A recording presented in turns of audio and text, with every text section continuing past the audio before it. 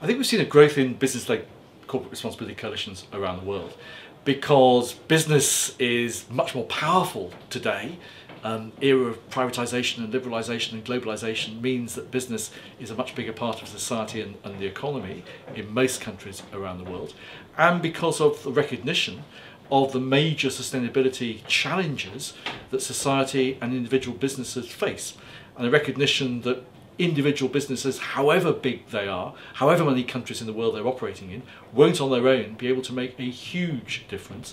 They need to learn from each other and to share ideas and experience with other businesses. So my top tip for collaborating on corporate responsibility is focus. It's very hard to achieve anything if people are sat around the table with a generic sense that somebody should do something about something, and much easier if you have a group of stakeholders who have real clarity of purposes in what it is you're coming together to try and do. That often means you end up with a smaller group who are all very committed to a specific outcome, but that can sometimes be better at delivering results. Why should companies collaborate on sustainability? I think that sustainability is different from a lot of other business areas because we're really not talking about core business, and companies like M&S recognise that they can't be a sustainable business in an unsustainable economy, so there's a vested interest in working with other parties, but I think just the nature of a lot of sustainability is that you are dealing with social issues where the stakeholder group is wide. So if you buy a litre of diesel, you burn it in your truck, that's your diesel up until the point at which it is burnt, it turns into carbon, goes into the atmosphere, it's everyone's carbon. So we have a societal interest in this area of your business, and I think it lends itself to a new era of open business where companies can collaborate. So I think the corporate responsibility coalitions around the world are evolving and evolving very fast.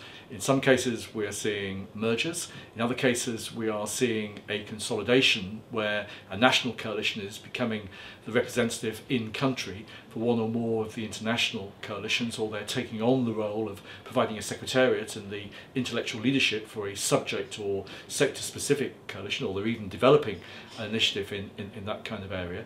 And we're seeing a great deal more collaboration, and I think that is going to grow a great deal between the coalitions in the way, for instance, in the Rio+20 meeting, the WBCSD and the UN Global Compact worked with a number of other organisations around business action on sustainable development.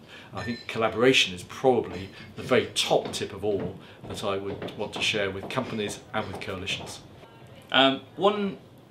One interesting question is about collaborating with competitors, and people say, well, how can you do that? Surely you compete, you don't collaborate with them. But there are some circumstances where it makes a huge amount of sense to do that, and that's really on the big non-competitive systemic issues, where the outcome that a group is trying to achieve isn't particularly beneficial to one player rather than another. It's usually something around a public good. So we have great cooperation through a global trade association called the Consumer Goods Forum, which is looking at moving the whole industry away from products which have been sourced from deforested land, so a commitment to end deforestation in supply chains by 2020. Deforestation isn't something that anyone benefits from, it's something we all suffer from as an industry and as a planet, so collaborating on trying to eradicate illegal deforestation in supply chains is something where it makes perfect sense to collaborate.